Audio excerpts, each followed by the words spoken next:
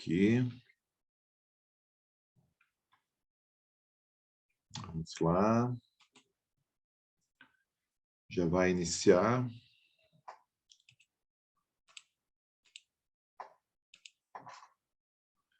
Então, pessoal, essas pessoas vão chegando, né, na sala, na nossa sala virtual. Sejam bem-vindos aí, sejam bem-vindas, tá? É nosso terceiro encontro aí da disciplina de metodologia do ensino do jogo do esporte na educação física escolar. Para os que estão chegando aí, meu nome é Ricardo Rezer, eu vou trabalhar com vocês essa disciplina ao longo desse semestre. Nós temos aí muitas coisas para conversar. Deixa eu só ver aqui. Tem pessoas pedindo para entrar. Pronto, aqui eu vou admitindo aqui. Então, nós tivemos no nosso primeiro encontro aula com o professor Sidney, né? O Sidney Pitan da Silva, né? E na segunda aula fizemos um breve arrazoado, né? Foi uma aula de boas-vindas, na verdade, né? A gente não chegou a entrar diretamente em nenhum assunto, nenhum tema da disciplina, mas fizemos um arrazoado, né? E ao longo da semana eu retrabalhei o nosso plano de ensino. E como a gente não teve muitas sugestões no sentido assim de modificação e etc., deixa eu partilhar com vocês aqui o plano de ensino, ó.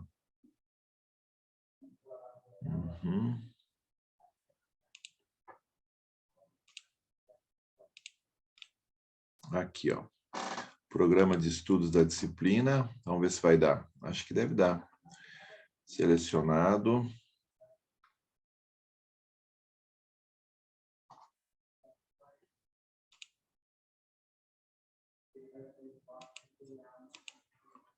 Ok? Vocês conseguem ver? Sim. Sim, professor. Tá bem.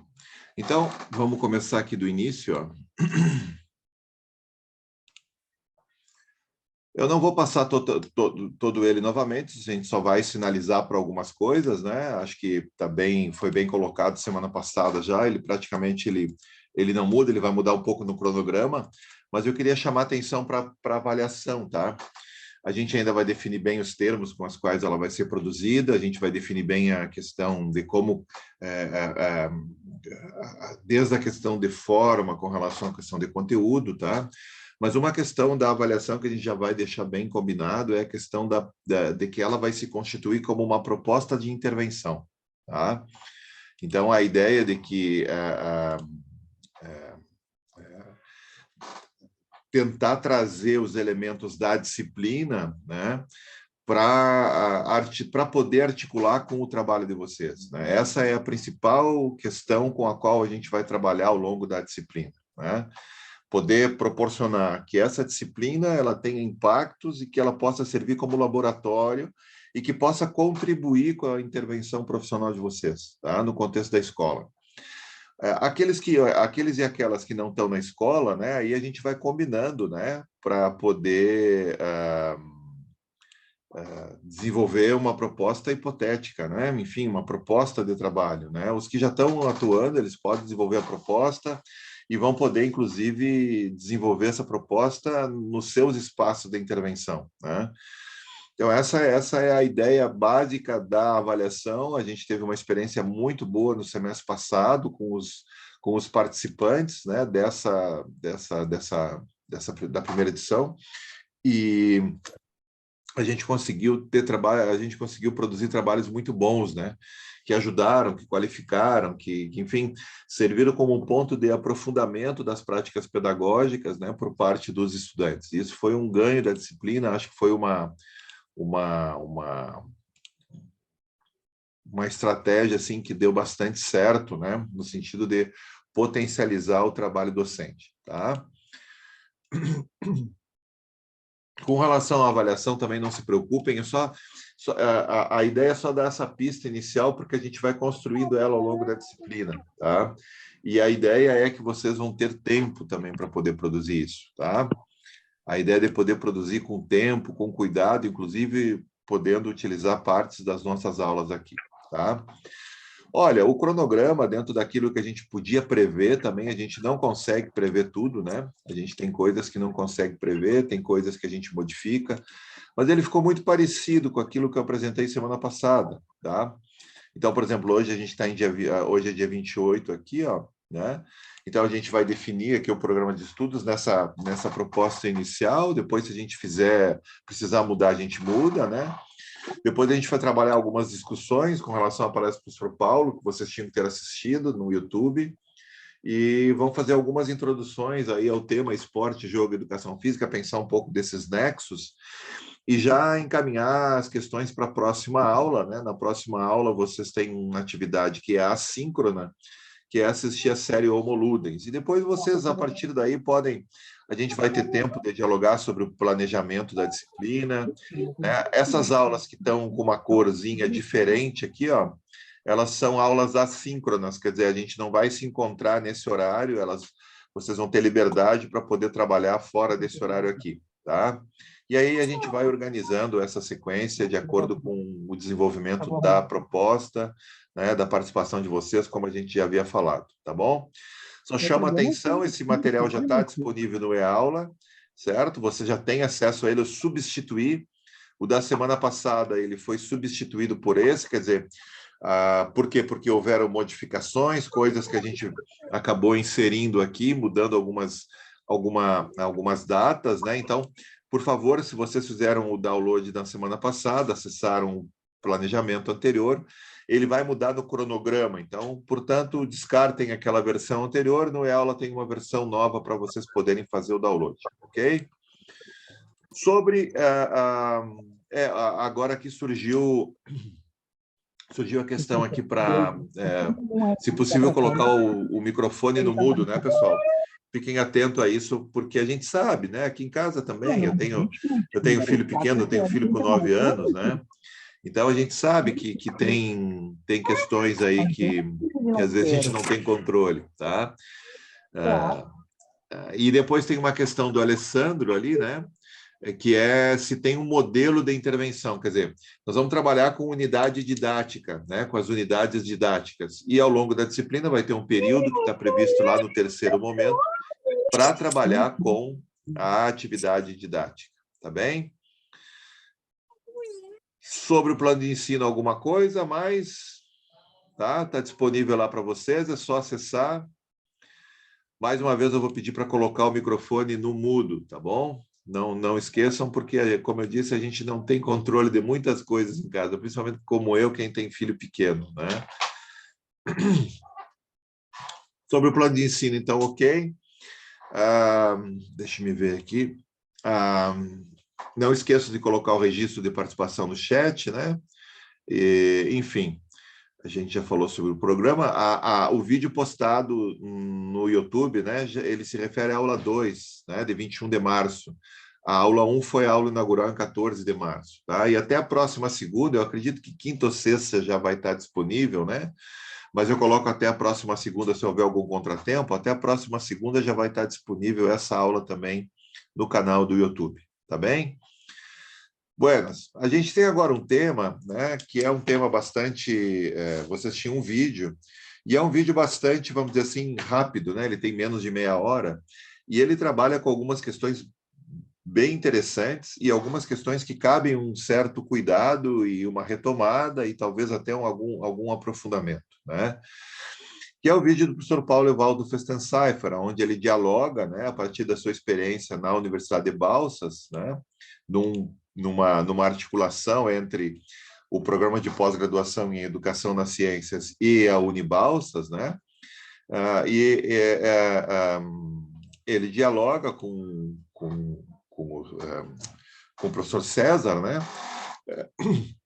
Numa entrevista em que aborda algumas questões, como o sentido do conhecimento, aborda algumas questões como o sentido da escola, a questão da escola republicana, a questão da formação para a cidadania, enfim, e várias questões que me parecem assim que são bem caras para pensar o nosso papel como professor no contemporâneo e trazendo desdobramentos desse processo para o nosso campo da educação física, né? Ou para a pedagogia ou outra área, né? Vamos ver que tem questões, tem uma questão aqui no chat, deixa eu abrir o chatzinho aqui.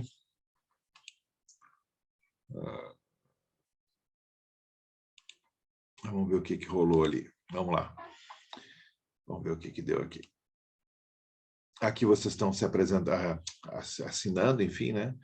Quem ingressou aqui, uma dúvida do Gabriel, né? Quanto às aulas anteriores e documentos irão ficar disponíveis no decorrer da semana ou devo entrar em contato com você em virtude? Agora quem está ingressando agora, e sejam bem-vindos, sejam bem-vindas, a gente tem vários ingressantes ao longo da semana, né? Alguns vão estar conosco hoje à noite, outros vão assistir a aula a posteriori, né? Mas o que vocês têm agora é se apropriar do programa da disciplina, assistir a aula 2, assistir a aula inaugural e aí acompanhar o resto do percurso aí que a gente tem agora pela frente, tá bem? Não tem muito mais a ser feito agora, mas sim se inserir com o grupo, né? Espero que tenha uma boa inserção aí, né? Mas vamos dar uma rodada agora pelo chat ou pelo microfone, podem abrir a câmera também para falar, o microfone, enfim. Como é que vocês viram essa pequena entrevista, né, que aborda tantos temas e alguns deles tão, vamos dizer assim, tão pesados, né? Alguns temas são bem difíceis de lidar, mas ao mesmo tempo necessários, né?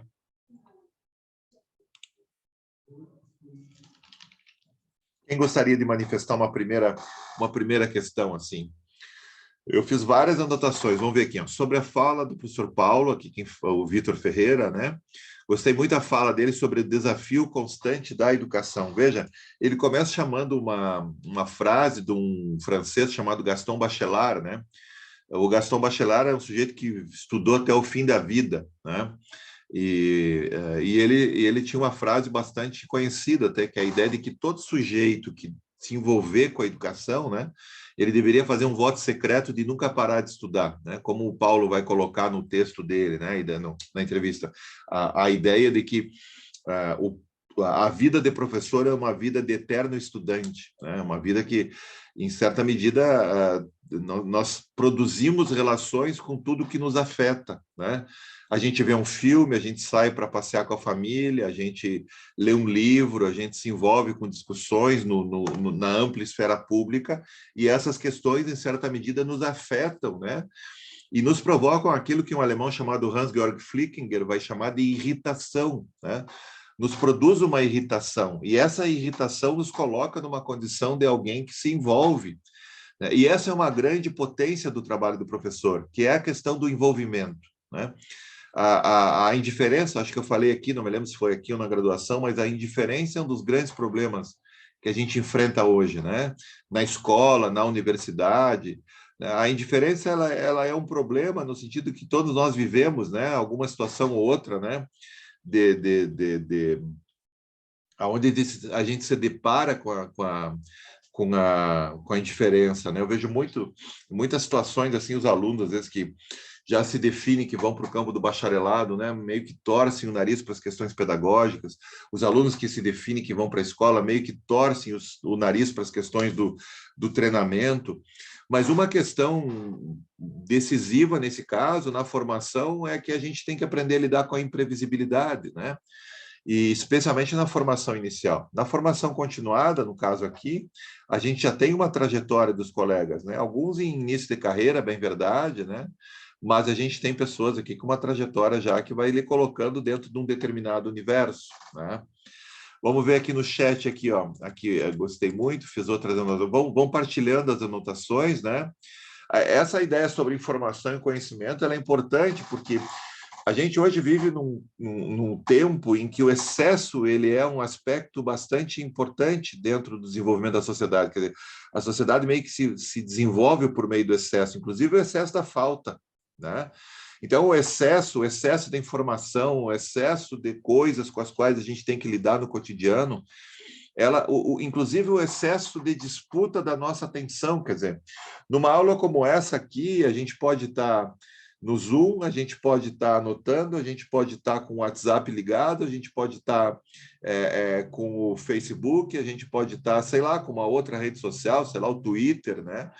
e é difícil a gente conseguir lidar com esses inúmeros convites que a gente recebe, né?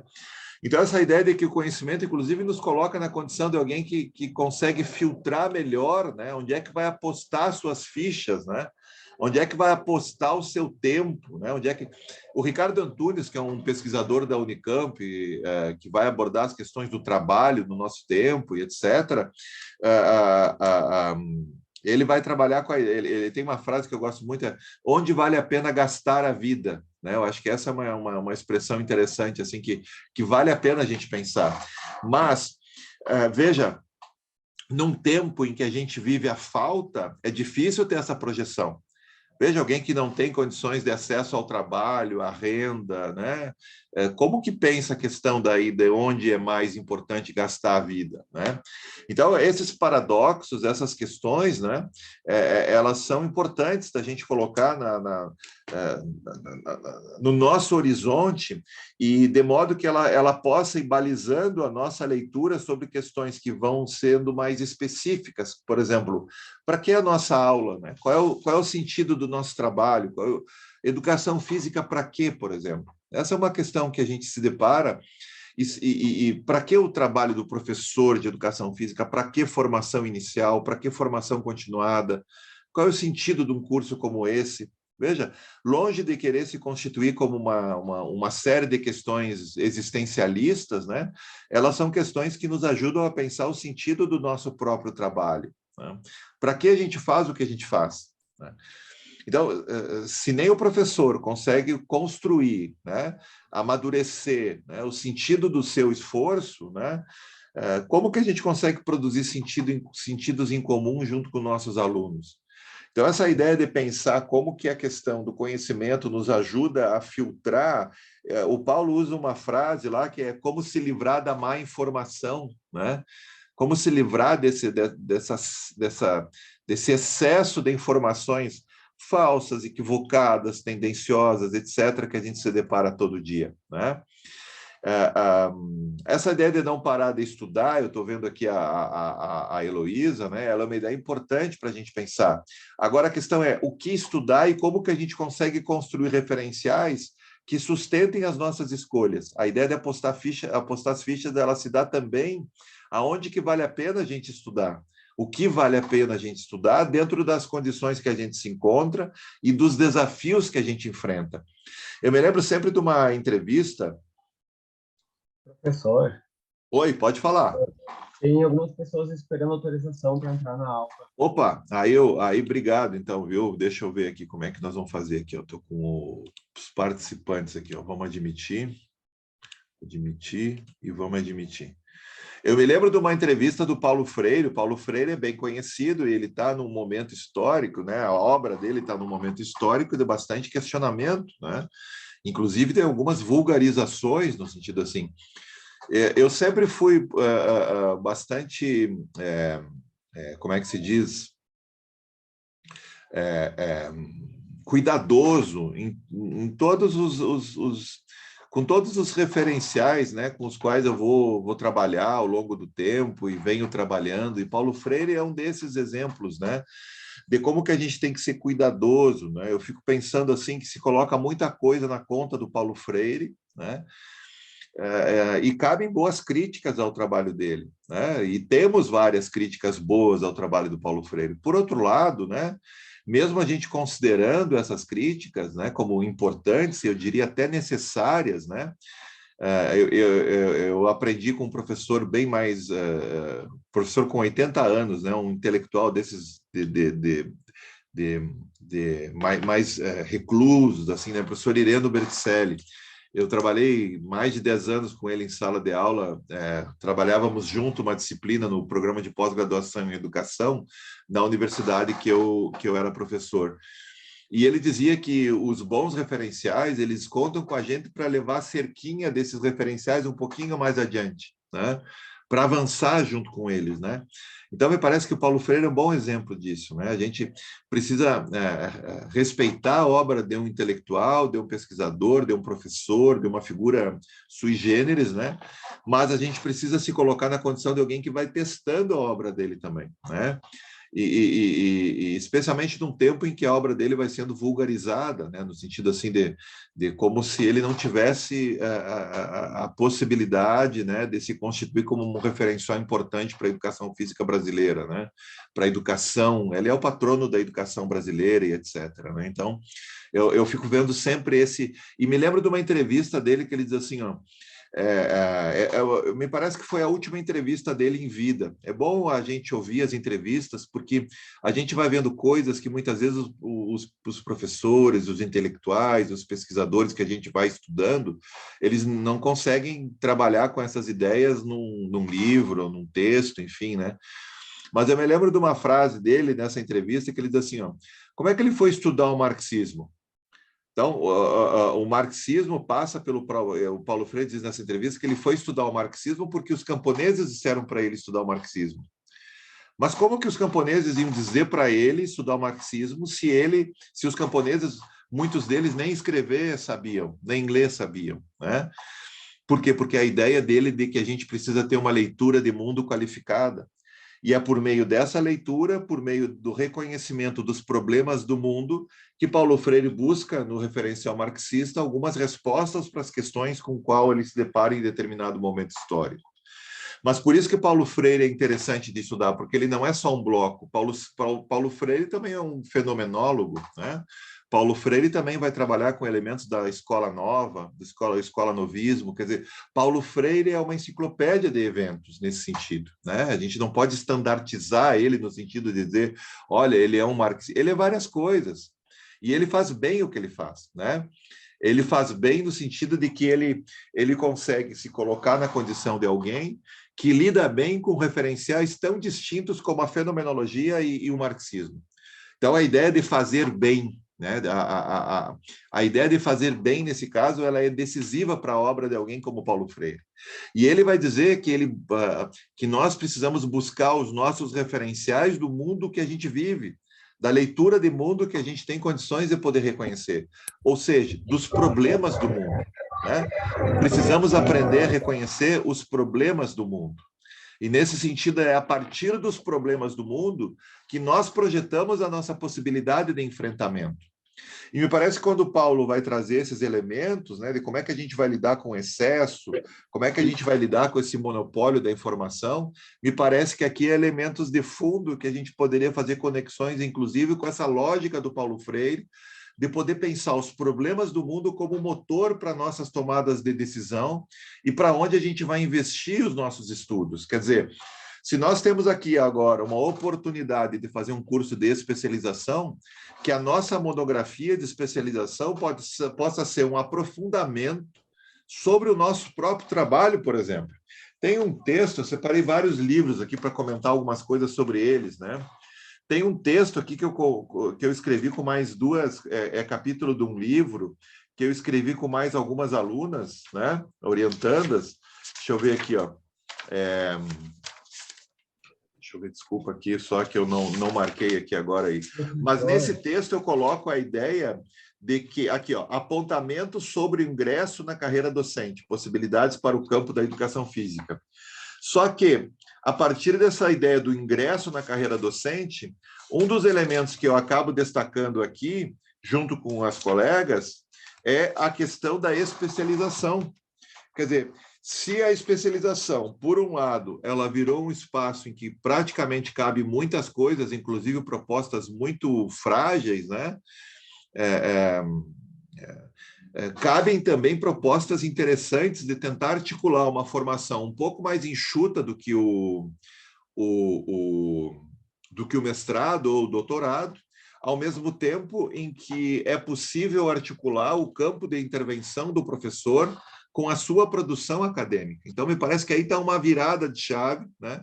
Eu sei que tem gente aqui que já está no mestrado, tem gente que, enfim, já está na segunda ou terceira especialização, mas a ideia de articular a especialização como uma possibilidade de aprofundamento do nosso próprio trabalho, né? E aqui nós vamos fazer várias inserções, né, sobre a possibilidade de estudar o esporte e o jogo na escola a partir de saberes mais específicos, mas também de saberes mais amplos, é uma sacada que vale a pena apostar. Continuando no chat aqui, ó, é o posicionamento deles sobre áreas como educação e arte estarem sobre a batuta. Professor, Oi, pode falar. rapidinho, duas colocações. Claro, e depois eu volto para o chat aqui também. É porque tem uns alunos pedindo lá para o senhor dar uma verificada, Opa, vamos de eles novo estão lá. solicitando a entrada. Mas aqui Aí já eu faço não a parece aqui. segunda. Não está aparecendo aqui para mim. Vamos ver aqui. Vamos ver Aí, nos participantes. Estamos com 43 participantes agora. Eu não tenho acesso nenhuma. Não tem nenhuma. Talvez eu tenha sem querer agora até autorizado aqui, enfim, o ingresso deles na sala. Mas pode continuar, professor. Professor, eu só não ligo minha câmera porque minha conexão está um pouquinho ruim. Sem Aí problema. se eu ligar, tá?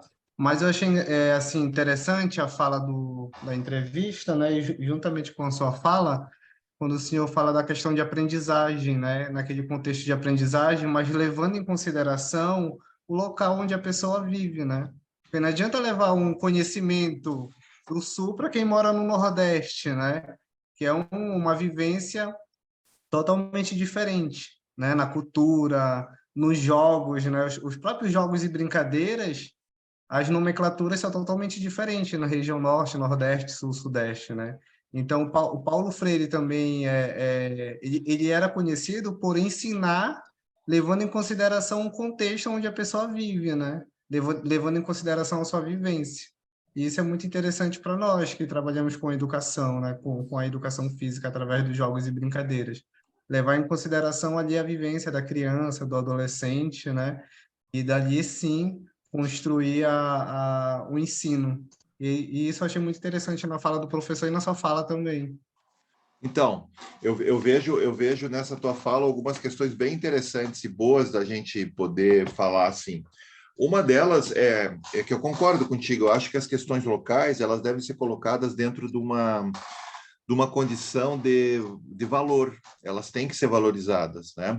Mas, por outro lado, eu sempre penso que isso é uma via de mão dupla, porque, veja, por um lado, a gente vive num mundo localizado, onde temos aí diferenças bastante significativas.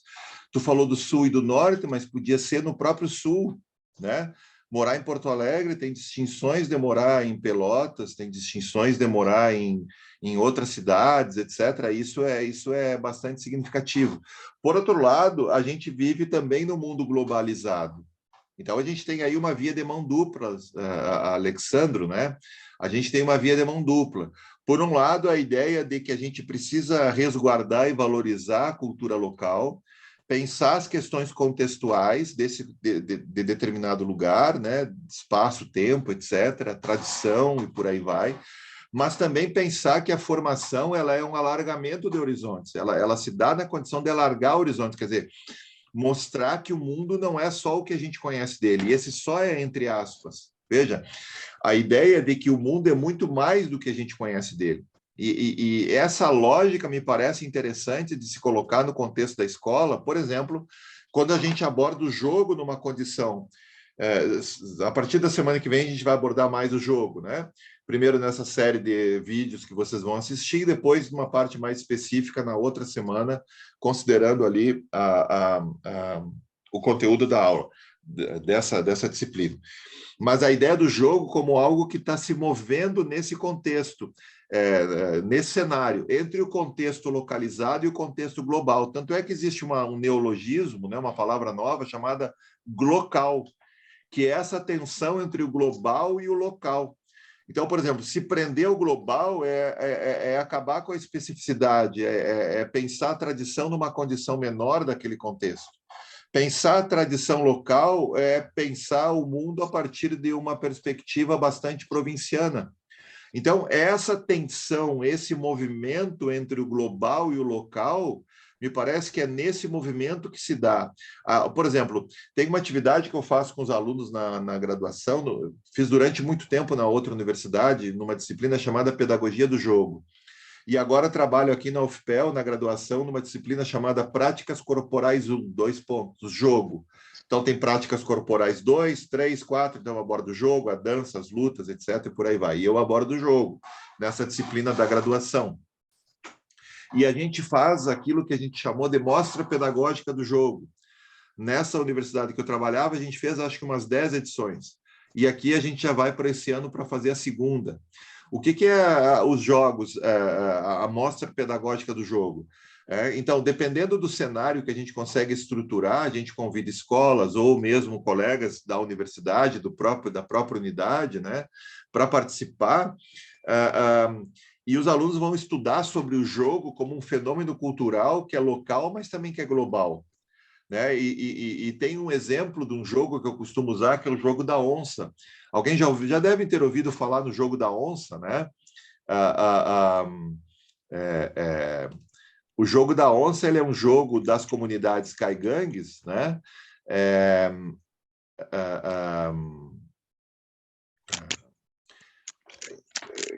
Que é basicamente assim, ele é um tabuleiro, né? Ele é tabuleiro feito com barro, ele tem linhas em diagonal, se vocês colocarem no Google, vocês vão achar o jogo da onça, né? E ali tem um jogo de estratégia, em que os caigangues fazem como é que chama? Os cães, né? Com cera de abelha, eu acho que, não sei se é com barro também, agora não vou saber como é que eles produzem, mas eles fazem os cães e fazem a onça. E o jogo é uma caçada, é uma representação de um contexto local, né? De um contexto que envolve a tradição caigangue, né? Se a gente olhar, por exemplo, esse jogo, ele tem uma característica toda localizada. Mas se a gente começa a procurar mais sobre o jogo, a gente vai ver que no Nepal tem um jogo chamado Bagachal. O Bagachal é muito parecido com o jogo da onça. Tem regras muito semelhantes, um tabuleiro bastante similar, né, semelhante, mas algumas coisas bem peculiares. Por exemplo, lá não são cães, são lhamas. Lá não é a onça, é um tigre branco. Então, há também questões culturais muito localizadas. Então, veja, o jogo está nesse movimento. E a responsabilidade da educação física é abrir esse universo do jogo de modo que os estudantes, os nossos alunos, né, eles consigam aprender a jogar mais e melhor, quer dizer, que eles ampliem o repertório sobre a questão do jogo como um fenômeno cultural, mas também como uma necessidade humana, e que eles possam entender que o jogo ele tem um caráter universal, global, mas que ele também tem um caráter muito contextualizado. E é nesse movimento que nós trabalhamos a mostra pedagógica do jogo, estudando aquilo que... Tem uma mostra no SESC chamada Os Jogos do Mundo, vocês já devem ter ouvido falar disso, né? Então, por exemplo, se a gente pegar os Jogos do Mundo, ali a gente tem referências das mais distintas sobre os mais distintos jogos nos mais diversos tempos históricos, no medieval, né? Jogos aí antigos, jogos modernos, jogos contemporâneos. Quer dizer, então é nesse movimento, tá, pessoal, que me parece interessante pensar essa questão entre as localizações culturais, o local, né, o contexto que a gente vive, né, aonde a gente coloca os pés e valorizar esse contexto, e ao mesmo tempo poder pensar que a escola e a universidade são lugares, como o próprio Paulo fala, de alargar os horizontes, de mostrar que outros mundos, que existem outros mundos, que existem outras lógicas, inclusive, para pensar a questão do jogo. Então, um outro exemplo, né? A gente costuma jogar, vocês todos devem conhecer o jogo de bolita, né? O jogo de bolita é um joguinho, né? Alguns vão chamar de bolita, outros vão chamar com outros nomes, né? Bola de gude, vamos jogar gude. É aquele jogo das bolitas que a gente tem que impulsionar ela com os dedos, né? Com o dedão.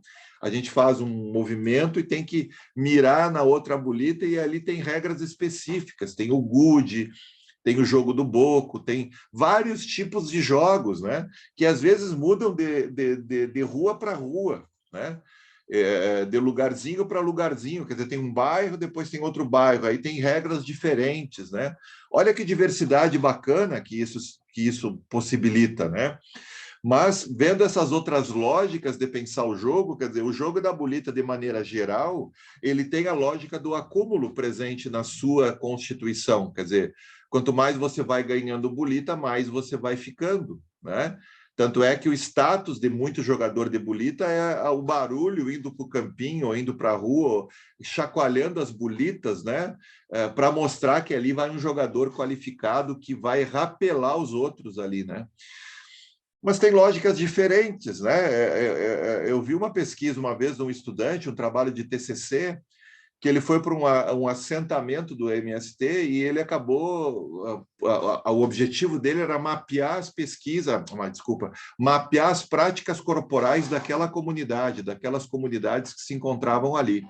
E ele fez uma imersão, ficou um tempo nesse contexto, e ele acabou, num dos relatos que eu vi inclusive num evento do CBCE, no Combrás, faz tempo já, isso, se não me engano, foi lá por 2005, né? Inclusive o Combrás foi em Porto Alegre naquele ano, e esse rapaz, que era da UFSC, ele vai relatar o trabalho que ele produziu e ele vai chamar atenção para alguns casos, né?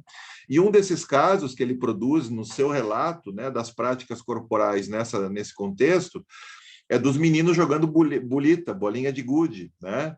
E relata ele que os meninos todos jogaram e tinha um menino muito bom, muito superior aos outros do ponto de vista da qualidade técnica, ele acertava todas e rapelava os outros, tanto é que em pouco tempo ele conseguiu acabar com as bolitas de todos os colegas e ficar com as bolitas para ele, né?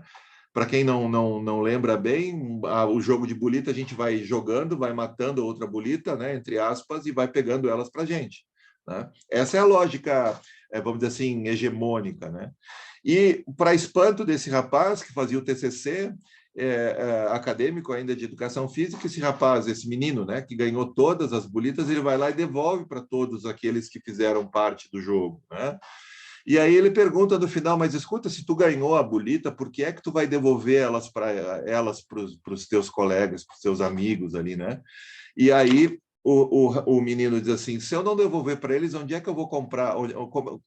Se eu não devolver para eles, com quem que eu vou jogar amanhã? Né? Então, essa ideia de pensar uma outra lógica para além do acúmulo que o jogo pressupõe, né, a possibilidade de que, naquele caso, o jogo ele se constituía como uma experiência mais importante do que a ideia do acúmulo. Acumular a bolita dos outros seria a morte do jogo de bolita naquele contexto lá. Então, veja, o que eu estou dizendo? Que existe o jeito certo e o jeito errado de jogar bolinha de gude, bolita, etc. Não, existem formas de jogar e essas formas mostram que existem outras perspectivas de lidar com o jogo, que não basicamente dentro de uma estrutura hegemônica. Na medida em que a gente se abre para conhecer essas outras lógicas, eu dei 2 exemplos aqui muito rápidos, né, que é o jogo da onça, o bagachal, no caso, a sua relação, e o jogo de bolita, né, 2 coisas bastante prosaicas. Da onde eu venho, em Chapecó, o jogo da onça é um jogo bastante conhecido pelas comunidades caigangues. E o jogo de bolita é conhecido dentro de uma universalidade muito maior. Mas a gente vê nesses 2 exemplos bem prosaicos, né? Deixa eu ver que mais gente está entrando aqui. Para aí. Deixa eu ver aqui só. Vamos ver. A gente vê que nesses exemplos bem prosaicos tem janelas de oportunidade para a gente fazer a leitura, né, de algumas coisas que nos interessam enquanto professores no campo da educação física, né?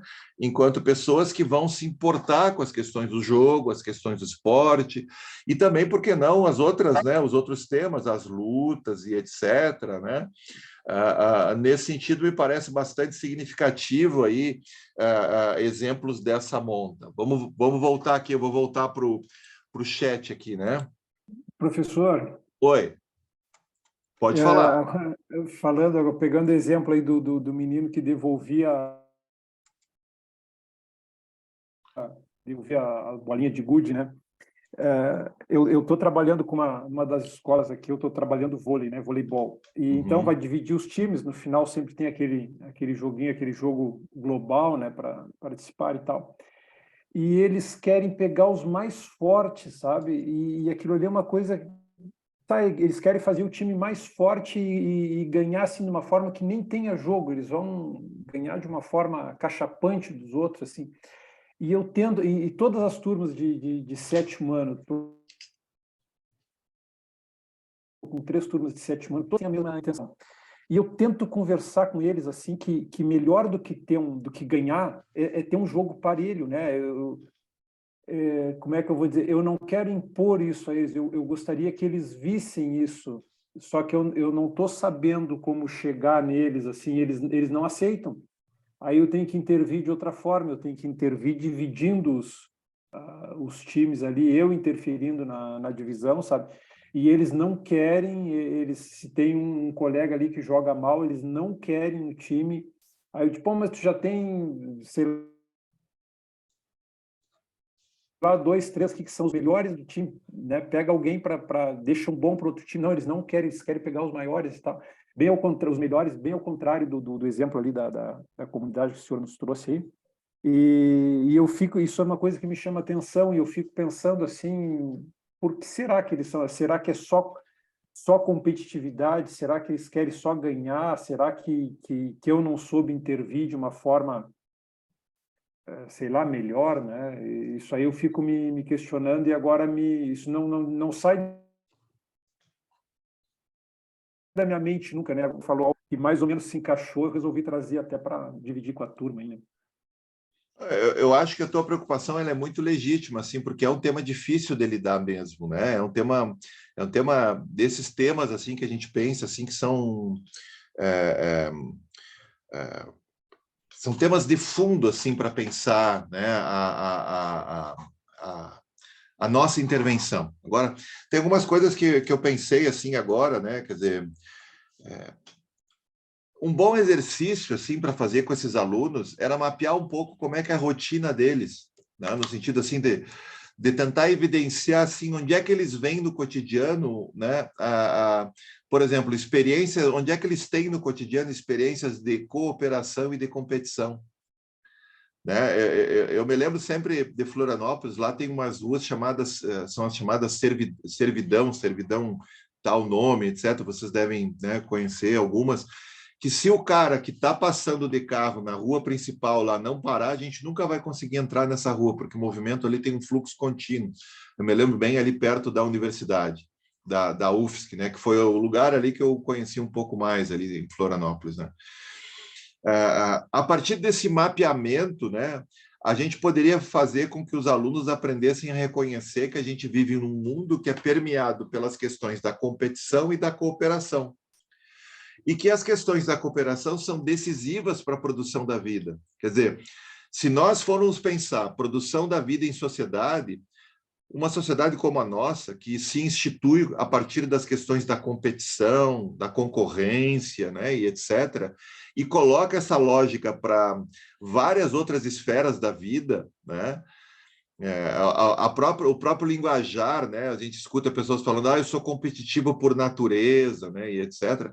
Então, procurar fazer as crianças identificarem no cotidiano delas, né, a rotina delas, e nessa rotina as experiências de cooperação e de competição. Se a gente for olhar muito para a nossa vida, né, a gente vai ver que existem situações de cooperação que a gente nem consegue muitas vezes identificar, mas que elas são decisivas para a produção da vida coletiva, para a vida em sociedade. Porque a vida em sociedade ela é sempre uma recusa. Para poder viver em sociedade, eu tenho que recusar algumas coisas que eu gostaria de fazer porque me dão prazer ou porque, enfim, eu tenho interesse, etc. E eu preciso, em certa medida, recuar em algumas coisas, ceder em algumas coisas, para poder fazer com que a vida em sociedade se institua, né? Então, claro que aí a gente tem que fazer uma tradução disso. Eu não sei que turma é essa, que idade eles têm, mas, obviamente, que nesse ponto, essa tradução, eu sempre costumo dizer que vocês que estão lidando no cotidiano da escola têm muito mais condições de fazer essa tradução do que eu, né? Eu trabalhei quase 10 anos com escola, mas desde 99, né, eu parei de trabalhar com escola, né? E o mundo mudou muito de 2000 para cá, é outro milênio, são 20 e poucos anos de distância, né? Então, essas experiências que vocês trazem, para mim, é muito importante, porque, além de tudo, me oxigena também, né? No sentido assim, de ver que coisas como essa, professor, eram coisas que eu tinha problema na escola, né? Então, essa ideia de mapear um pouco, talvez um tema de casa, coisas como essas, possam ajudar a tentar reconhecer que, primeiro, a gente vive numa estrutura social que, se não cooperar, ela não consegue se colocar como uma sociedade, né? A ideia de poder aceitar as diferenças, as distinções, os modos diferentes de produzir a vida, enfim, elas precisam ser identificadas, porque senão a gente continua com essa ideia de que de que nós somos seres competitivos por natureza e competimos por tudo. Não, a gente coopera muito também. E a vida, ela é, na forma como ela vai se gestando, uma espécie de tensão entre a competição e a cooperação, né? Inclusive no esporte de alto rendimento, se os atletas não cooperarem entre si, acontece o que aconteceu no final de semana. Uma briga de campo, né, no final do jogo, como aconteceu na semifinal do Campeonato Gaúcho, no sábado passado. Quer dizer, inclusive com cenas lamentáveis, né, do sujeito aquele que invadiu o campo. Quer dizer, a gente espera que as pessoas cooperem com a gente. A gente passa no sinal verde com uma certa tranquilidade porque espera, por força de lei, é verdade, mas que as outras pessoas vão respeitar o sinal e vão parar ali, né? No caso desse pano de fundo, né, me parece que ele pode ser um bom exercício para instaurar, daí sim, na parte específica da aula, nas especificidades, algumas experiências de cooperação, né? Por exemplo, com jogos reduzidos de voleibol. Os jogos reduzidos de voleibol, eles, em certa medida, eles colocam o sujeito numa condição de poder fazer tudo, né, ao mesmo tempo. Ele ataca, ele defende, ele tem um contato maior com a bola, ele pode desenvolver melhor sua técnica e tática, né? Então, me parece que aí tem elementos que a gente poderia estar pensando do ponto de vista metodológico, né? Mas, para finalizar, né, me parece que só tem sentido pensar essa questão na educação física, ou melhor, não é só o único sentido, mas a gente consegue potencializar a nossa intervenção se isso for um tema da escola. Como é que as outras disciplinas trabalham com isso também? Como é que a geografia, como é que a história, como é que a língua portuguesa, como é que as outras disciplinas lidam com isso?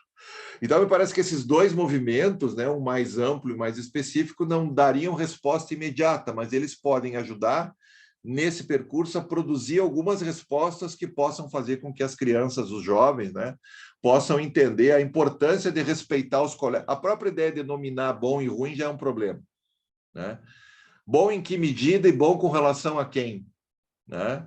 Então, veja, se pensar os atletas profissionais, ali tem uma relação de bom e ruim muito distinta, né? Então, são pessoas que convivem dentro de determinadas práticas e a gente precisa aprender a respeitar isso, né? Olha quantas questões, a gente vai falando mais, professor Zeca, a gente vai falando mais sobre isso, mas me parece que aqui tem pistas, né, que dá para pensar um programa de estudo sobre essa questão, na medida em que a gente vai tentando enfrentá-la, né, com mais eficiência, né? Então, aqui tem as questões vinculadas à questão do descredenciamento do diploma superior. Uma pergunta que a gente faz é por que o diploma superior perdeu validade, né? Por conta do ensino privado? É também a ideia do cliente, né? Essa ideia de que o cliente sempre tem razão, e uma frase do Paulo que eu gosto muito nesse vídeo, que é a universidade fica do tamanho do cliente, né? Então, essas facilidades, por isso que eu fico muito preocupado com essa discussão assim do tipo, o professor é só um facilitador, né? Para mim, o professor tem que ser um dificultador, né? Se ele fosse um facilitador, a gente precisa colocar desafios para os alunos, colocar problemas para eles resolverem, questões que eles vão ter que se debruçar sobre, né? Então, a gente dificulta a vida dos alunos, né? A ideia do imediatismo aqui, Vitor, ela é uma ideia para além da academia, ela é meio que um processo que invade a sociedade inteira, né? Veja os livros para fazer os filhos dormir com história minutada. Você conta uma história para o teu filho e é de 1 minuto, né? Então, ele tem 365 histórias, todas elas duram mais ou menos 1 minuto, né? Conforme tu vai contando, né?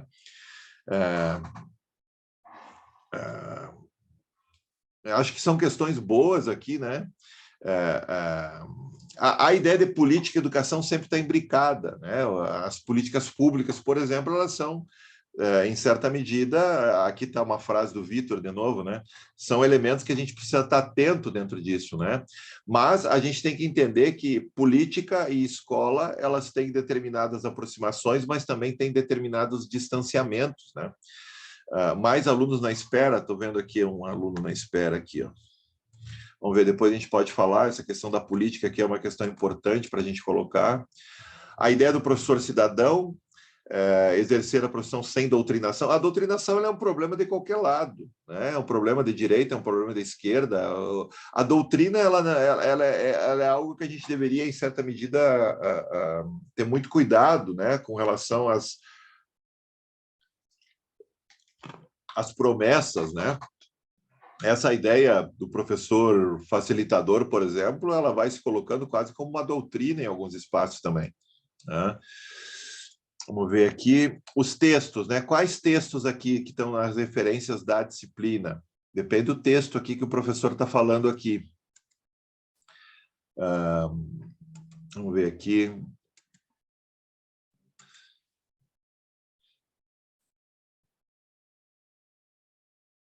A cultura local e a cultura geral. Olha, tem muita mensagem aqui, né?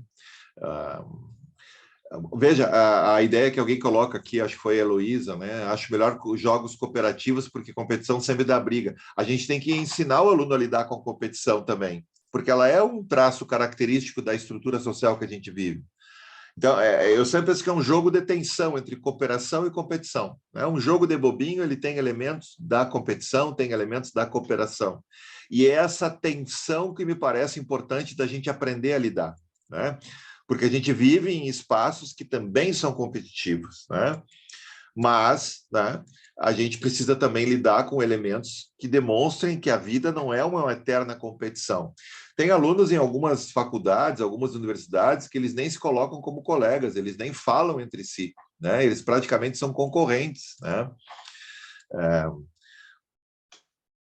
Veja, a ideia de como que a gente vai articulando esses elementos ao longo de um processo. Por isso que a ideia de ter um planejamento que nos consiga trabalhar com esses elementos, vários desses elementos que vocês colocaram aqui, me parece que ele é fundamental, né? Só esse chat aqui daria para fazer um curso sobre essas coisas aqui, né? Sobre esses elementos que vocês trazem, assim, né? Eu selecionei também algumas coisas aqui, né? O desafio da gente sair da superficialidade, e alguém trouxe a ideia do imediatismo ali, né? A ideia de pensar a formação como o cultivo das nossas melhores capacidades, das nossas melhores faculdades. Veja, o cultivo das nossas faculdades exige tempo. Para poder tocar violão bem, a gente precisa de tempo. Para poder entender um idioma diferente, a gente precisa de tempo. E talvez tempo hoje seja o elemento mais curto que nós temos.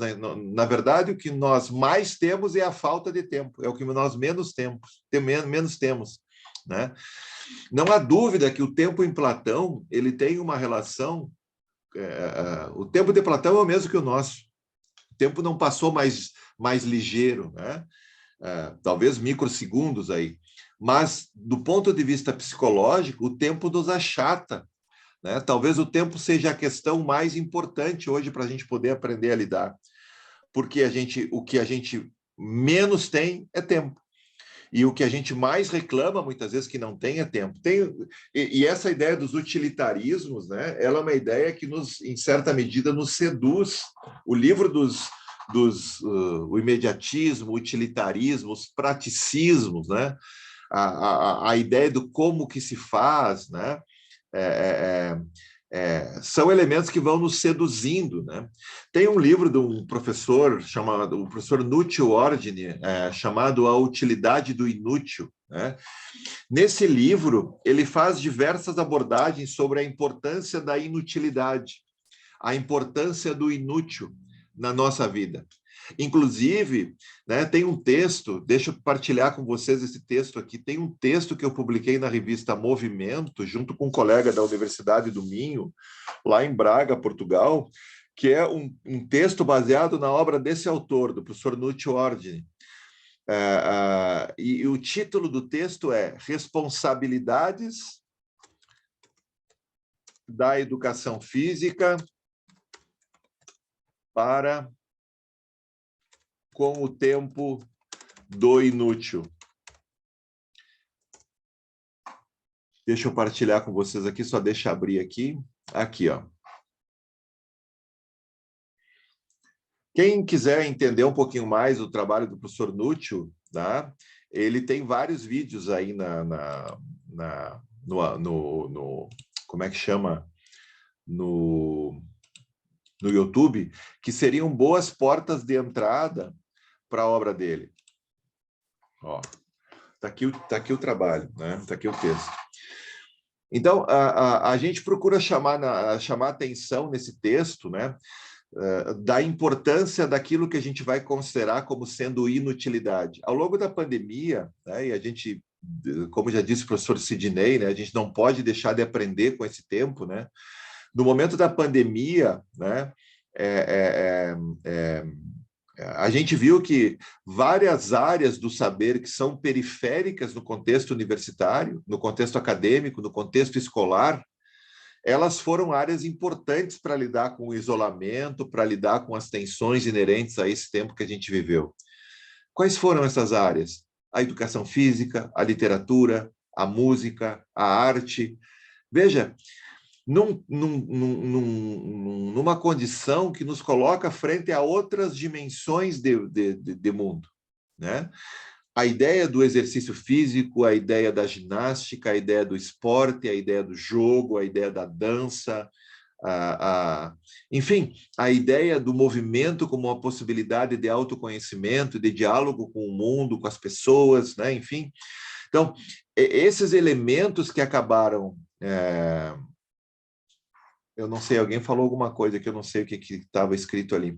Mas, enfim, esses elementos que foram colocados como desafios, né, ao longo da pandemia, fez emergir algumas áreas do conhecimento que, em certa medida, elas eram desconsideradas em muitos aspectos. Inclusive, agora a gente está vendo isso na reforma do ensino médio, né? Nessa discussão que ainda está em aberto, né? Então, pensar a nossa relação com a arte, pensar a nossa relação com a música, pensar... Quer dizer, eu sempre fico pensando que um professor precisaria se colocar como alguém que se aproxima da música, né? A música é um exemplo bastante significativo, mais perceptível até do que no esporte, entre uma sensibilidade e entre uma capacidade técnica de execução. Veja, a música se dá nessa tensão. Quem toca violão aí, qualquer instrumento aí vai saber disso, né? Não é só um dedilhar de dedos, não é só soprar um trompete, não é só, enfim, colocar os dedos por cima de um teclado de piano ou de um teclado qualquer. É a ideia de se colocar com tudo que você é, né? E o jogo, o esporte, a dança, eles são experiências de fronteira nesse sentido. São experiências de fronteira que nos colocam numa dimensão mais alargada de mundo. Por isso, essa ideia de que a gente abra um pouco mais os olhos para conhecimentos chamados de inúteis. Veja, tem uma passagem que eu gosto de usar muito do livro esse do professor Ordini, que ele vai dizer mais ou menos assim, ó.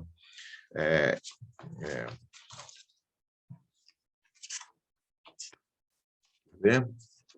Eu separei ele aqui hoje, ó. Bom, enfim, eu não estou achando aqui a passagem, mas ela diz mais ou menos assim, ó. É cada vez mais difícil entender o sentido de uma sinfonia e da arte em nosso tempo, né? Cada vez mais o martelo e o prego vão assumindo uma dimensão de utilidade, vão se colocando como elementos mais importantes do que a arte, do que a música, do que uma sinfonia. Por quê? Porque é muito fácil perceber para que serve um martelo, um prego, mas é muito difícil perceber para que serve uma sinfonia, para que serve a arte, para que serve a música, para que serve a dança, né? Então, nesse texto aí, a gente leva essa discussão para o campo da educação física. A gente leva essa discussão para um espaço-tempo que procura deixar a educação física se colocar também como um espaço-tempo de formação para o tempo do não trabalho. Veja, a escola, em certa medida, vai se colocando, por um lado, em direção à formação para o trabalho, e, por outro lado, em direção à formação para o ingresso na universidade. E as coisas que são úteis para essas duas finalidades se colocam como centralidade da formação, especialmente no ensino médio, mas também balizando toda a formação escolar. Mas e a formação para o tempo de não trabalho, onde a gente aprende a ter esses saberes? Aonde a gente aprende a lidar com a competição, por exemplo? Veja, esses caras que brigaram no final de semana, né, lá naquele os torcedores, me refiro ainda mais, os atletas, né, eles tiveram aula de educação física, eles tiveram uma formação escolar em algum momento. né? O que é que faltou para servir como um impedimento para uma condição como essa, para uma situação como essa, né? Então, onde é que a gente não consegue chegar, não está conseguindo chegar? O que aconteceu em São Paulo, aquele aluno que esfaqueou, matou uma professora, esfaqueou outras professoras, onde é que a gente não está conseguindo chegar e como que a gente vai lidar com esses cada vez mais comuns episódios, né, de violência nos contextos esportivos, no contexto escolar, quase uma certa naturalização, né? A gente vê em alguns lugares quase uma certa naturalização com relação a isso. Nesse caso, sair da superficialidade, como fala o professor Paulo, é procurar desenvolver determinados elementos que nos permitam aprofundar esses aspectos, né? Como que a gente pode pensar essa questão das tensões, que eu vi que várias pessoas colocaram isso ali, entre cooperar e competir no contexto escolar, né? Como que a gente pode pensar programas programas de estudo nosso, da escola, né? Nós temos lá uma articulação com as outras disciplinas nas reuniões pedagógicas. Qual a importância disso para as outras disciplinas? Como que elas lidam com essas questões? Como é que elas lidam com essa questão do excesso de informação? Como é que a escola lida com essa questão das relações entre cooperação e competição? E aí o problema passa a ser da educação física, mas ele também passa a ser um problema que é da escola.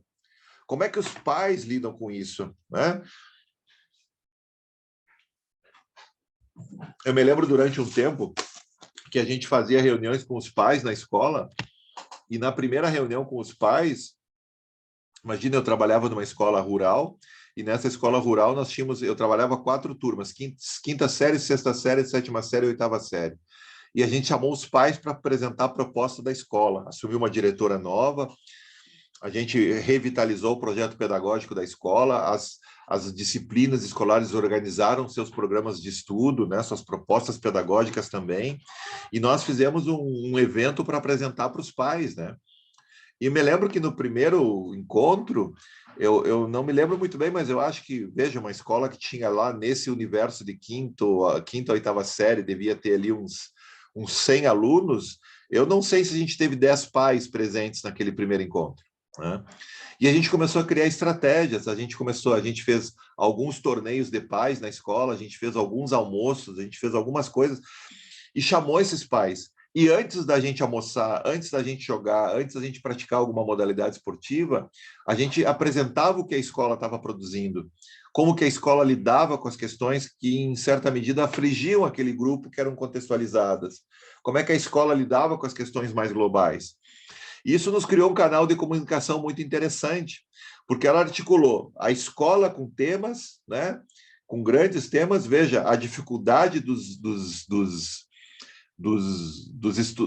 estudantes estudarem. Aqueles meninos, eles acordavam 5 horas da manhã, iam para a roça, voltavam, tomavam banho, 10, 10 e meia tinham que pegar o transporte para vir para a escola municipal. Às vezes alguns viajavam 1 hora, dependendo da localidade, né, 40 minutos, 1 hora. Chegavam na escola, almoçavam na escola, das 13 horas até as 17 e pouquinho, faziam a aula, depois eles voltavam para casa, aí eles ainda tinham tema para fazer. Naquele tempo, a gente não tinha celular, alguns nem televisão tinha. Veja, chegava no final do dia, início da noite, eles estavam tão cansados que eles iam dormir, porque no outro dia tinham que acordar 5 horas para a lida novamente. Quer dizer, articulando professores, os pais, os próprios alunos, com temas comuns, né? Quer dizer, como é que pode um estudante... Eu me lembro dessa pergunta que eu fiz na reunião de pais, né? Como é que pode um estudante não estudar, né? E eu me lembro que muitos pais se sensibilizaram com a nossa preocupação e acabaram se constituindo como participantes do processo. Quer dizer, alguns movimentos coletivos tiram a nossa carga frente a algumas questões. Lidar com problemas coletivos de forma individual é uma tarefa um pouco quixotesca.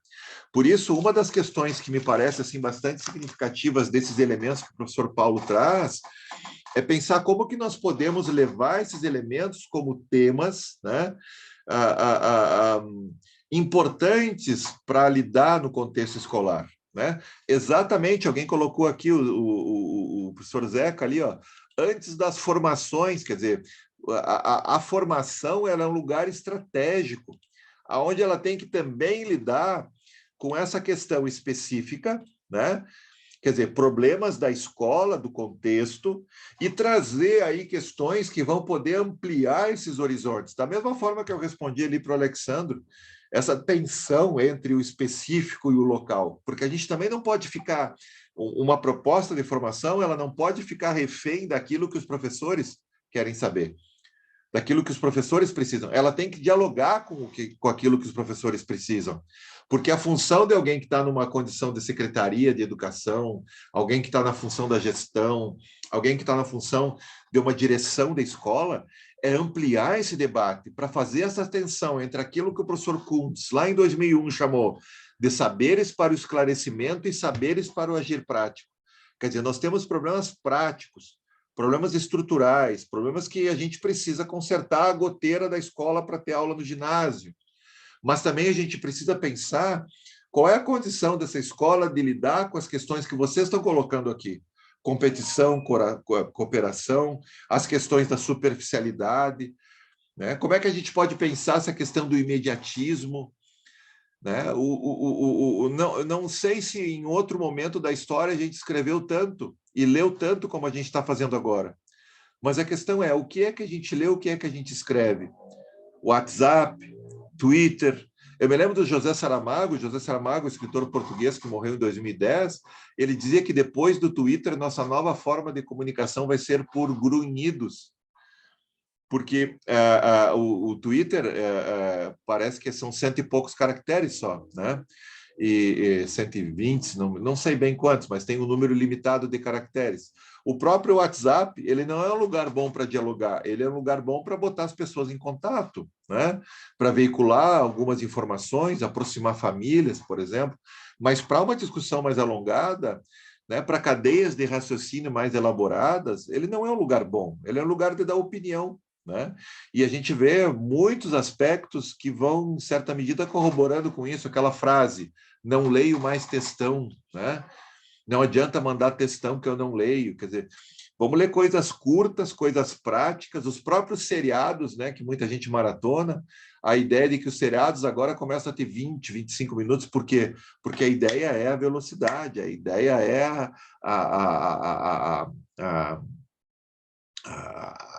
acompanhar esse excesso, né? Que a professora Lídia está colocando, ó, que também lá levam de 1 a 2 horas para chegar na escola, né?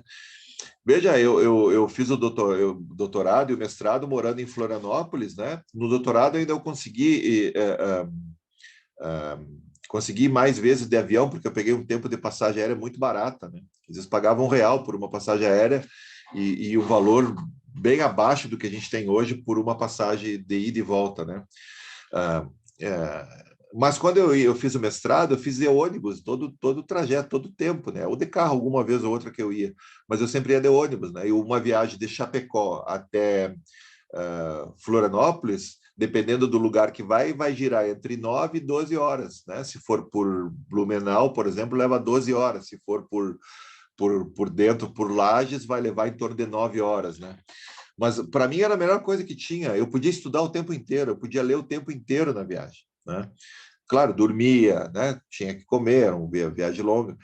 Esses alunos que viajavam nesse tempo, né? Uma das coisas, quando eu trabalhava nessa escola, uma das saídas que a gente conseguiu encontrar para eles estudarem mais, né? É que eles poderiam aproveitar o período do deslocamento para fazer leituras, né? Veja, olha, muitos alunos aproveitavam o tempo, claro que isso não é todos, né? Nem todos fazem isso, nem todos se importam, nem todos assumem junto, mas a gente conseguiu ver muito aluno dentro desse movimento coletivo, e eu vi agora a professora Lídia colocando aqui, que também vive uma realidade dessas, né? Veja, aproveitar 1 hora, 2 de viagem pode ser algo bastante interessante do ponto de vista da formação desses estudantes, né, da sua autoformação. Agora, como é que nós vamos enfrentar isso? Esse meu relato agora não é receita de bolo, pode ser que isso agora não tenha o mínimo sentido para o contexto que vocês estão envolvidos, mas a questão de fundo é como agir, né? Essa é uma questão ética da docência. Como é que a gente pode agir com os estudantes frente à dificuldade que eles têm. Olha, uma coisa que a educação física abriu no tempo da pandemia, que nós não tínhamos, é a questão do tema de casa. A questão do tema de casa foi um elemento que nós usamos ao longo da pandemia de maneira bastante significativa na educação física escolar. E me parece que aí tem uma via, né, de possibilidades de qualificar o processo formativo a partir desse referencial. O tema de casa, ele é decisivo nesse sentido, porque ele alarga as dimensões da aula, né? Me lembro agora, há pouco tempo, orientando estágio, por exemplo, os alunos que eu orientava fizeram um mapeamento da casa dos alunos, o mapeamento do bairro, não os estagiários, mas os próprios alunos fizeram o mapeamento. Onde eles moram, onde eles vivem, quais são os espaços de práticas corporais que eles possuem na sua casa, né? Mora em apartamento, mora em casa, tem pátio, não tem, o que que o pátio... Tinha meninos que mandavam fotos, né, do lugar onde eles viviam, né? Mapearam, né? Mapeavam o entorno do bairro para ver que lugares do bairro ofereciam possibilidades de práticas corporais, né? Onde eles podiam desenvolver práticas corporais. Isso ajudou muito o trabalho dos estagiários, porque eles tinham uma noção de como que era, no seu tempo livre, a cultura lúdica desses alunos, turmas ali de 7º, 6º e 7º ano, né? Como que é a cultura lúdica dos nossos alunos? Como que é do que eles brincam, do que eles jogam, como é que eles fazem? Ah, mas os alunos passam o tempo todo no celular, né? Eu fiz uma experiência agora de atividade de campo com os alunos dessa disciplina de práticas corporais 1, e a gente foi fazer um mapeamento, né? Cada um na sua cidade, muita gente aqui de Pelotas, mas gente de outras cidades, né? Dos arredores e coisa, né? E eles tinham que fazer um mapeamento de atividades lúdicas que eles conseguiam identificar nos espaços públicos, né? Praça, parque, rua, enfim, né? E olha, o que eles conseguiram identificar de práticas corporais de crianças e jovens foi algo extremamente significativo. Então, aquela ideia assim de que as crianças não brincam mais, ela, em certa medida, ela tem que ser pensada, porque tem lugares, né? E é bastante interessante isso, né? Tem lugares que as crianças usufruem das práticas corporais de maneira bastante significativa. Esse levantamento que a gente fez na disciplina, ele traz várias pistas com relação a isso, né? Vários elementos com relação a isso, né? E isso nos ajuda a entender como que os alunos dispõem da possibilidade, das condições objetivas de usufruir das práticas da educação física. Porque quando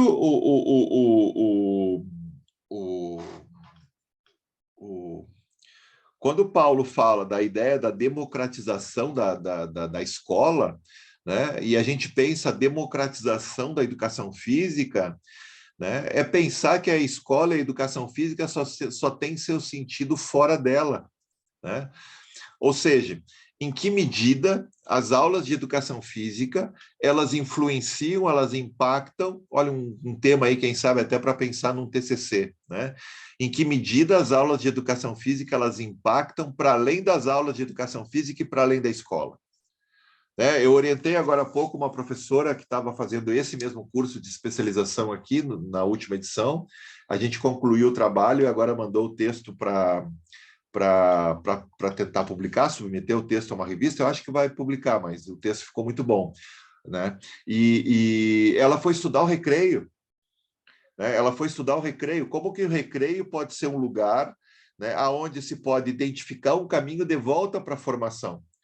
Quer dizer, aquilo que a gente desenvolve nas aulas de educação física, aquilo que se desenvolve no contexto geral da escola, tem algum tipo de impacto na forma como as pessoas se relacionam com o recreio, com as práticas corporais e etc., né? Que tipo de relação a gente pode pensar com o recreio como sendo um espaço-tempo onde os estudantes têm uma certa autonomia maior, né, para poder pensar as suas experiências, né? Então, o recreio é um lugar importante para a gente estudar, para a gente entender um pouco melhor, porque o recreio ele apresenta de forma concentrada a vida dos alunos, né? Os alunos mais reclusos, os que se colocam mais, aqueles que têm mais iniciativa, aqueles que procuram fugir dos grupos, procuram ficar mais isolados, né? Olha, mapear o recreio, não no sentido de pensar recreio orientado, né? Eu acho que isso é um problema também, porque o recreio é um dos poucos lugares que as crianças têm uma autonomia relativa mais intensa na escola, né? Mas o que o recreio tem a nos dizer, né? Essa foi uma pergunta que essa professora que eu orientei fez, e que agora a gente encaminhou o texto para publicação, ficou muito bom o trabalho dela. E foi um trabalho de TCC feito aqui nessa disciplina, feito nesse curso, né? Então, veja, na medida em que a gente vai vendo os elementos do Paulo, né, que ele traz, muitas coisas nos colocam assim na condição de alguém que... veja, a tarefa educacional, primeira coisa, a tarefa educacional ela não é simples. Veja, ele chama o Kant, aqui o Immanuel Kant, o filósofo do século XVIII para o XIX, uma das tarefas mais difíceis que os humanos se colocam é a tarefa educacional. Trabalhar com o que nós trabalhamos, né, que envolve as questões do corpo, não é nada fácil, vocês bem sabem disso, né? Veja, tem uma complexidade, né? Eu escrevi um texto junto com o próprio professor Paulo Festenseifer, que foi publicado na revista Pensar a Prática, em 2008, que chama A Complexidade da Docência em Educação Física, né? Olha a gama de saberes que a gente precisa para pensar a construção de projetos de intervenção no contexto escolar, né? Nós precisamos saber do jogo, do esporte, dos esportes, o esporte como um fenômeno cultural, mas dos esportes enquanto modalidades que possuem regras, sistemas, técnicas, táticas. A gente precisa saber sobre currículo, sobre didática, sobre metodologia. A gente precisa pensar as questões da intervenção, as relações que se estruturam na turma. Veja, essas questões extra-classe, como é a cultura lúdica dos alunos fora do contexto escolar, por exemplo, o que eles fazem no recreio ou não fazem, como eles se relacionam. Olha, se a gente começa a complexificar, por isso, daí a ideia complexa, da complexidade, né, é uma palavra boa para lidar com esses elementos, porque a palavra complexo, ela é uma palavra que vem do latim complexus, e ela quer dizer aquilo que é tecido em conjunto. Então, quando um professor se coloca, né, eu vi que alguém colocou ali, não vi bem quem colocou o texto ali, mas obrigado, ali já tem ali da UFG, né, da revista de Goiás, lá da Pensar a Prática. Obrigado, Vitor. Mas quando a gente se coloca numa intervenção, a gente se coloca numa complexidade que é tamanha, numa encrenca tamanha. E pensar assim, uma intervenção ou duas é moleza, né? Ainda mais para quem já tem experiência com alguns anos, etc. Agora, pensar a propostas de intervenção e pensar essas propostas de intervenção, muitas vezes com várias séries, várias turmas, quer dizer, vários anos escolares, pensar isso em várias escolas, tem gente que trabalha em 2, 3 escolas, né? Isso é de uma complexidade absurda. E dar a devida complexidade para isso é colocar em evidência que o esforço do professor é um esforço complexo que precisa ser reconhecido.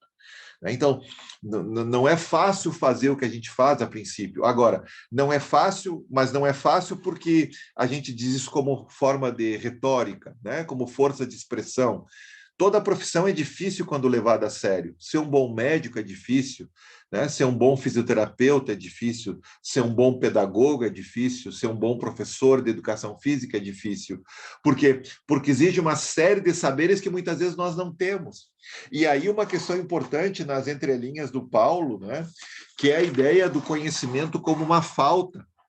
Né? E essa falta é o motor que nos move. A gente tem a ideia do conhecimento como algo que nos preenche, né? Nós vamos nos preenchendo de saber conforme a gente vai estudando, né? Não, a gente vai, à medida em que estuda, né, a gente vai reconhecendo a nossa incompletude, né? Por isso que o estudo ele é um gesto de humildade frente ao nosso não saber. É um gesto de inconformidade frente ao nosso saber, mesmo reconhecendo que nós não temos condições de a tudo saber. né? Nós sempre vamos estar em busca. Tem uma frase, né? Uma piadinha assim que diz assim, ó, o cara morreu, né? O cara dizia assim que quando ele morresse ele queria que colocasse uma frase na lápide dele, né? No túmulo dele, né? E a frase era a seguinte: aqui jaz um sujeito que lutou a vida inteira contra a ignorância. E aí tinha 2 pontos. E perdeu. Porque essa é uma luta injusta nesse caso, né? Porque a gente sempre que está estudando, a gente está vendo o quanto que nos falta. Por isso que tem um sujeito que lá na virada do medieval para o moderno, chamado Nicolau de Cusa, vai escrever um livro chamado La Docta Ignorantia, a douta ignorância. É diferente da ignorância que não se reconhece. Então, a ignorância que não se reconhece, ela não se estranha. E, portanto, ela se naturaliza como sendo um traço, uma característica do cotidiano de determinado sujeito. Já, por outro lado, a ignorância esclarecida é aquela que se reconhece como algo que falta no sujeito. A ignorância esclarecida é o reconhecimento da nossa incompletude. E, por consequência, né, essa falta é o motor que nos coloca na condição de alguém que se coloca na condição de alguém que estuda, né? O estudante, né, como o estilo de vida, né, nesse sentido assim, né? O livro que o professor Sidney citou na semana passada, né? O estudo como estilo de vida, alguma coisa assim, do professor La Roça, né? Jorge La Roça. Né? Então, a ideia de pensar o conhecimento não mais como algo que nos preenche e transborda, mas o conhecimento como uma falta que nos move e que nos proporciona, né, o reconhecimento do nosso não saber. Né? E para ir chegando, finalizando, né, para a gente ir encaminhando, né, me parece que aqui há algumas coisas que o Paulo nos coloca. Primeiro, uma ideia de potencializar o exercício da cidadania como uma das principais responsabilidades da escola. E ele vai fazer uma crítica à ideia de formar cidadão, né? A gente não forma cidadão, a gente forma pessoas que podem exercer a cidadania em situações de ação. Se a gente pegar uma referência aqui, se a gente for pegar e ver, eu sugiro a compra desse livro aqui, tá? Quem puder comprar, tem no estante virtual, né? Tem aí em vários lugares, né, para vender, inclusive na livraria Unijuí. O título do livro é Dicionário Crítico de Educação Física, que é organizado pelo professor Fernando Jaime Gonzalez e pelo professor Paulo Evaldo Festenseifer, esse que fez a entrevista que a gente assistiu. Já tem hoje, essa aqui é a primeira edição, tem hoje a terceira edição. A terceira edição eu participo com 3 verbetes, e aqui são pessoas convidadas para falar sobre vários temas. Né? Então, por exemplo, aqui tem ciências do esporte, campo da educação física, calistenia, bioética, bacharelado, atividade física, expressões que a educação física utiliza em maior ou menor medida, e que ali tem textos pequenos com 2 ou 3 páginas que são produzidos por pesquisadores desse tema, né? E que nos ajudam a entender expressões que são carregadas de significado. Uma delas é a questão da cidadania, né? Então, veja, cidadania, né, é um verbete que tem nesse dicionário, que é do professor Gilmar Antônio Bedin. E ele vai chamar a atenção de que é possível definir a cidadania como o status concedido àqueles que são membros integrais de uma comunidade política e, em consequência, possuem direito a ter direitos. Quer dizer, já lá nos anos 60, a Hannah Arendt, uma judia, já dizia que a cidadania, ser cidadão é ter direito a ter direitos. E aí a gente pode discorrer sobre os direitos de primeira geração, segunda geração, terceira geração, quarta e quinta geração. Né? Começa lá com o direito a ir e vir e vai até o direito de acesso às redes de informação e tudo mais. Né? Direito como é que chama? Me fugiu o termo aqui, mas o direito a essas questões digitais, né? O acesso ao universo digital. Então, veja, a ideia da cidadania, né? Ela se coloca como algo que se dá no contexto da ação, da intervenção. E, por consequência, não há garantias que a gente pode produzir pessoas cidadãs, no caso. O que a gente pode é potencializar os elementos que constituem a possibilidade de um sujeito se tornar cidadão ao longo da sua trajetória. E aí sim, aí nós temos elementos do ponto de vista do conhecimento, né, das finalidades da escola e dos valores com os quais ela vai operar dentro de determinado processo de formação. Então, a ideia de valores, né, a ideia do conhecimento e a ideia das finalidades. Veja como essas questões elas são fundamentais para a gente poder avançar no sentido da escola, né? A ideia de valores, finalidades e a educação física ela tem isso. A educação física ela tem conhecimentos, né? Então, portanto, ela tem um viés epistemológico, né? Episteme em grego é conhecimento, né? Ela tem um viés axiológico, ela trabalha valores, e ela tem um viés teleológico, no qual ela vai trabalhar finalidades. Então, esses ingredientes, eles podem se constituir como ingredientes que potencializam, né? Que potencializam a vida cidadã, a possibilidade de se constituir ao longo da existência como um cidadão, né, pertencente a uma determinada comunidade, pertencente ao mundo político, pertencente, enfim, a determinado contexto, né, e na condição de alguém que tem direito a ter direitos, né. Eu peço desculpas, eu parei um pouco de olhar o chat, porque eu estava começando a me atrapalhar um pouco com a quantidade de informações e acho isso fantástico, né? Agora, com mais tempo, né, eu vou ler todos esses elementos, né, que vocês colocaram aqui no chat e vou tentar retomar ele ao longo das nossas aulas, porque tem elementos aqui que eu fui vendo de canto de olho depois que eu parei de fazer a leitura, que são formidáveis aqui para a gente poder inserir nos nossos próximos passos, tá? Por exemplo, a gente entra agora, né, num próximo bloco agora, né, de estudo, que é a questão das próximas 3 aulas. A gente vai fazer um programa de estudo para entender o jogo como necessidade humana, mas também como um elemento da cultura. E como primeiro passo, tem essa série Homo Ludens, que vai abordar o livro do Johan Huizinga, que devia estar por aqui. Eu peguei em algum lugar esse livro aqui para trazer hoje. Johan Huizinga é um holandês, né, que foi trabalhar com questões da antropologia e foi trabalhar com as questões do jogo. Ah, está aqui, ó. Então, uma das questões, talvez vamos dizer assim, uma das obras mais conhecidas, junto com outros que a gente vai ver também, mas eu diria que esse referencial vale a pena, né? Eu diria que todas as pessoas que trabalham com jogo deveriam conhecer um pouco mais do Huizinga, né? Da sua trajetória, da sua obra, num livro chamado Homo Ludens. A professora Petícia faz em 6 pequenos vídeos de 9, 10 minutos cada vídeo, uma breve intervenção, né, sobre cada um desses capítulos que ele aborda aqui. Vai trabalhar com elementos que são constituintes de uma das tradições teóricas mais importantes para lidar com o jogo, de forma muito didática, de forma muito, vamos dizer assim, acessível. Para quem já conhece, né, é uma boa oportunidade de retomar.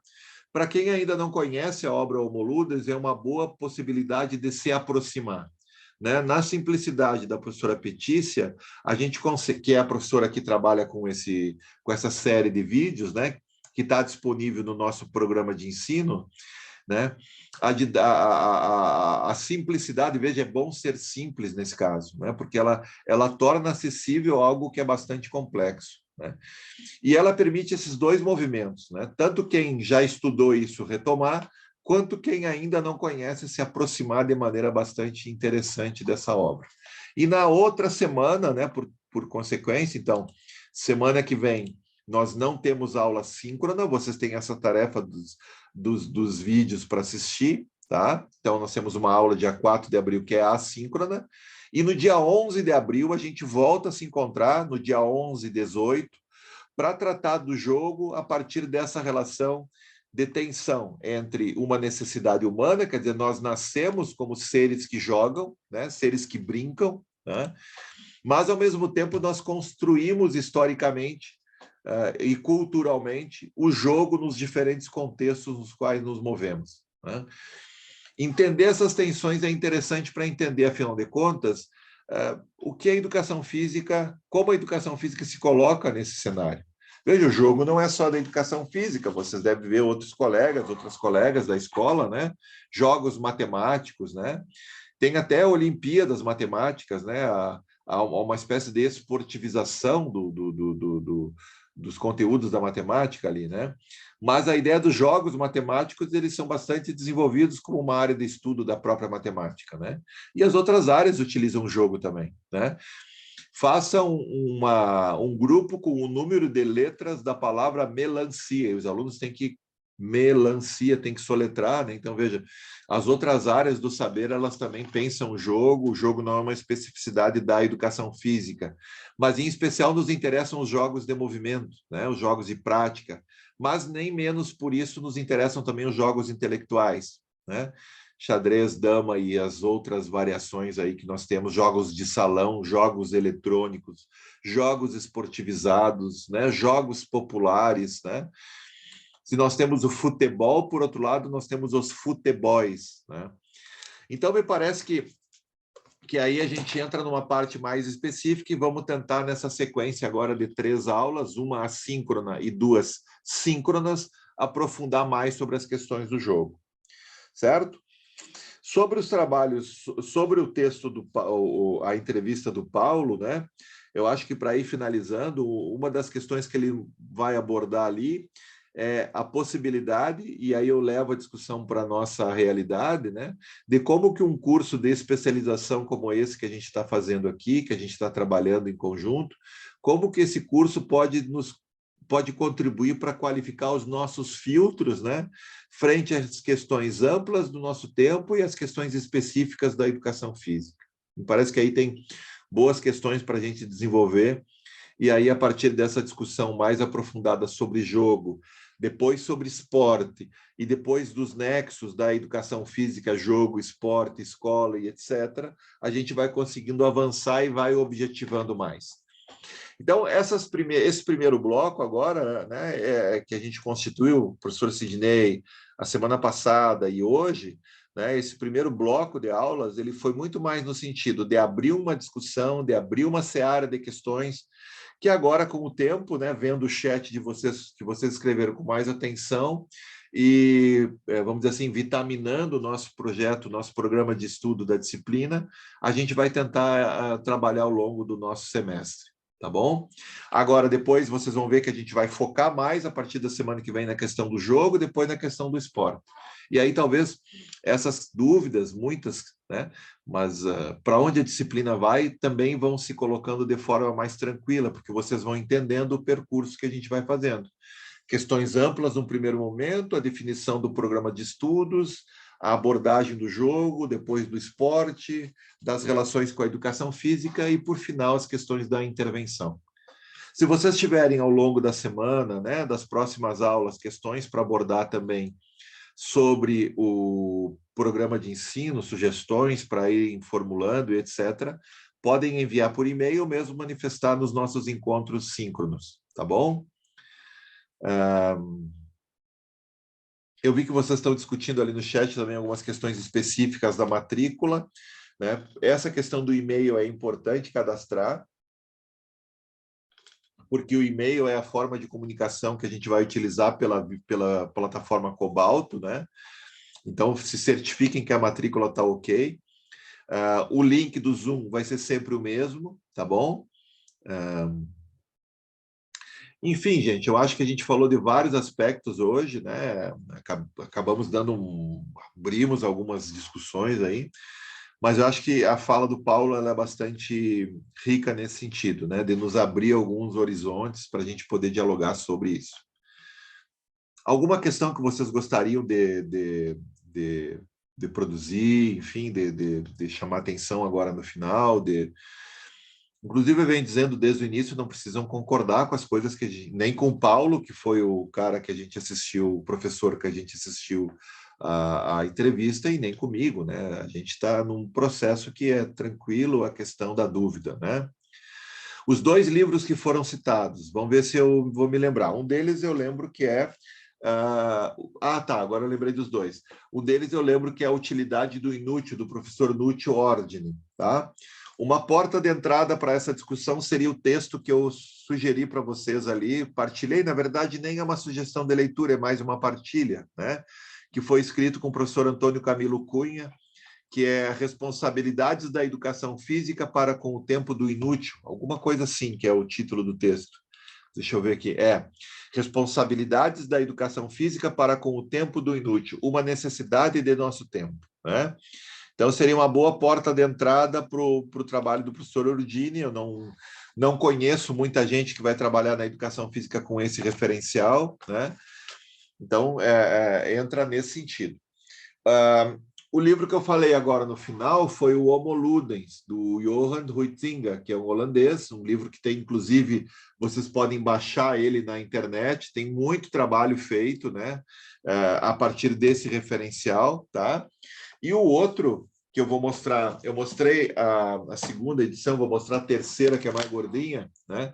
Chama Dicionário Crítico da Educação Física. É a terceira edição, organizado pelo professor Fernando Gonzalez e pelo professor Paulo Evaldo Fenster-Seifer.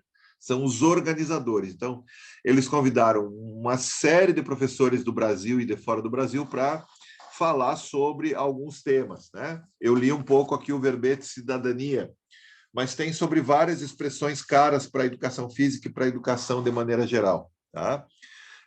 São leituras introdutórias, mas bem construídas, né? E que apresentam, na sua maioria bem construídas, e que apresentam referenciais de leitura para quem desejar aprofundar a discussão sobre esse tema, tá?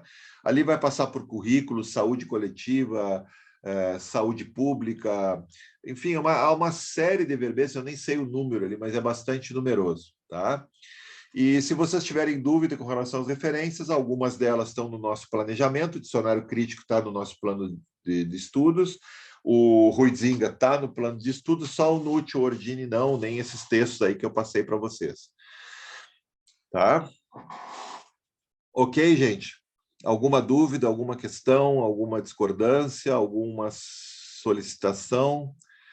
O livro do Dicionário Crítico da Educação Física, Grace, ele está lá no nosso plano de ensino, tá?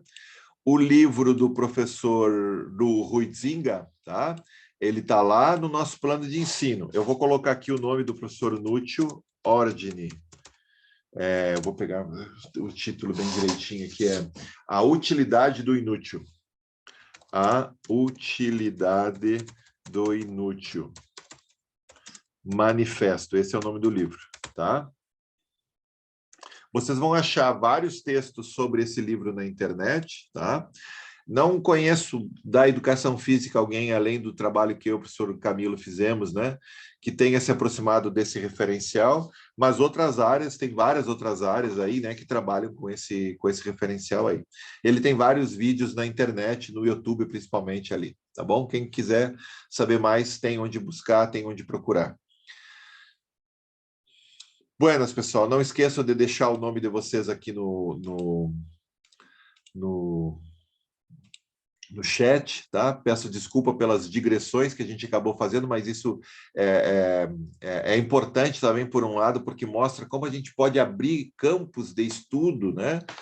Por uma breve entrevista aí de 20 minutos, né? 26 minutos tinha o tempo, 20 minutos, 25 minutos, o tempo da entrevista. E como que ela pode, a partir de um processo de problematização, né, a partir de um processo de diálogo, né, ela pode nos levar para vários temas que a gente pode construir a partir daí programas de estudo. Tá bom, gente? Na semana que vem, então, vocês têm essa atividade para fazer no seu tempo disponível, né, que é assistir, anotar, enfim, né, sobre o Homo Ludens, tá? Na outra semana, a gente se encontra novamente nesse mesmo horário para falar daí de um tema mais específico, tá? O jogo, e a partir daí tentar aprofundar um pouquinho mais a nossa compreensão sobre ele. Tá bem, gente? Para quem me perguntou, não sei, alguém me perguntou ali pelo e-mail uma outra hora sobre a questão do texto, do vídeo ser com a questão da dança, né? Não há problema, porque ela vai focar muito mais no trabalho do professor Huizinga, né, do que propriamente na questão da dança. Então, não há prejuízo nesse sentido. E aí, na outra semana, a gente faz os nexos com a questão do jogo. Tá? Certo, pessoal? Obrigado pela presença, obrigado pela participação, tanto no chat quanto pelo microfone, enfim, pelas câmeras aí. É sempre bom ver vocês, né?